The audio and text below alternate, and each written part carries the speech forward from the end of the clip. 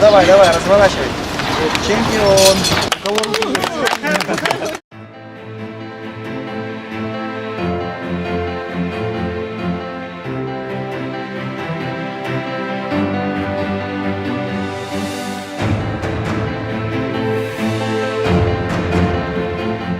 Давайте мы, наверное, сперва поздравим. Замечательным успехом. Букет цветов от нас. Приветственный адрес. Смена будет дисциплинирована, ценят время. Думаю, что время это очень важно. Поэтому небольшой подарок, часы, которые от меня лично. Поэтому спасибо, здоровья. Я думаю, что впереди новые достижения, новые горизонты. Поэтому искренне пожелать дальнейших успехов вам, всем воспитанникам.